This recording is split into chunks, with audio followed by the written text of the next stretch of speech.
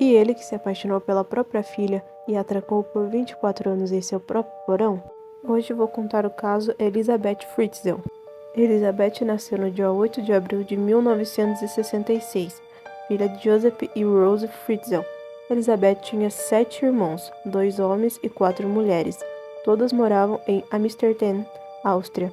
Elizabeth era muito tímida e fechada, por conta disso, ela tirava notas baixas na escola. Amigas de Elizabeth diziam que ela nunca falava sobre garotos, que era comum em sua idade. Elizabeth teve uma adolescência bem ruim. Seu pai abusava muito dela, mentalmente e outros sentidos.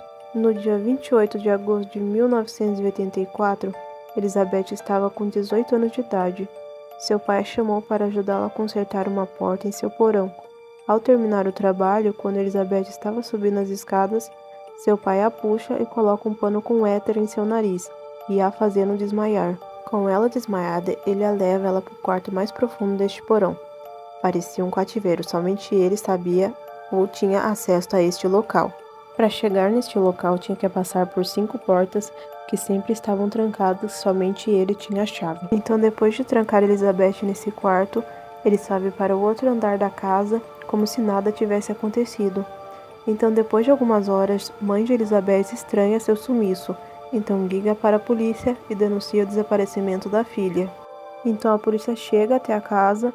A mãe de Elizabeth está muito preocupada, mas seu pai está bem tranquilo.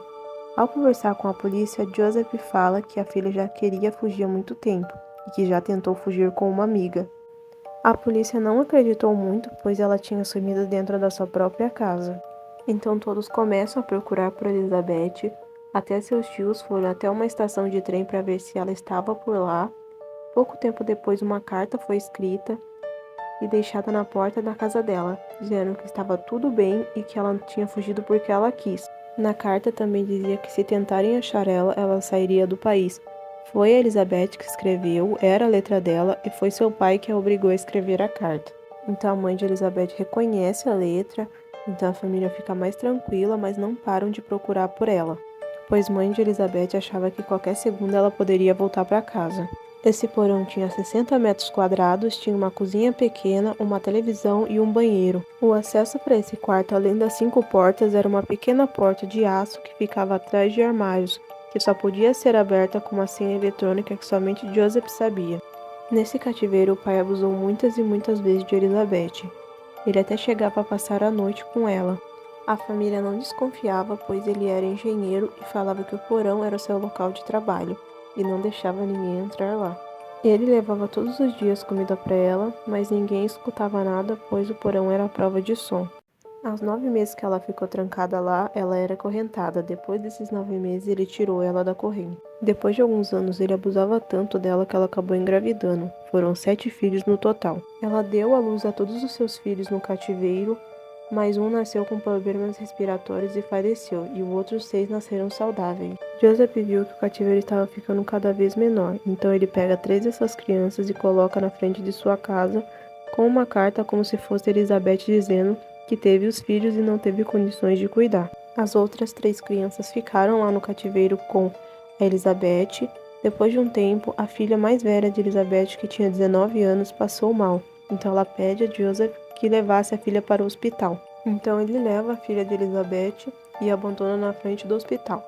As pessoas acharam estranho, pois a menina estava desnutrida e pálida, então chamaram a polícia.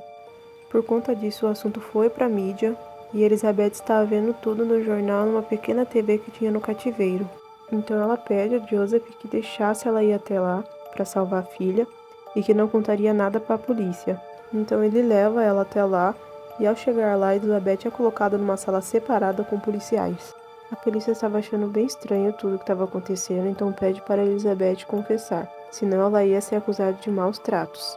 Então ela confessa à polícia sobre seu pai, sobre o porão e tudo o que ele fez. No dia 16 de março de 2009 acontece o julgamento de Joseph. De início ele confessa o crime e foi declarado culpado com prisão perpétua.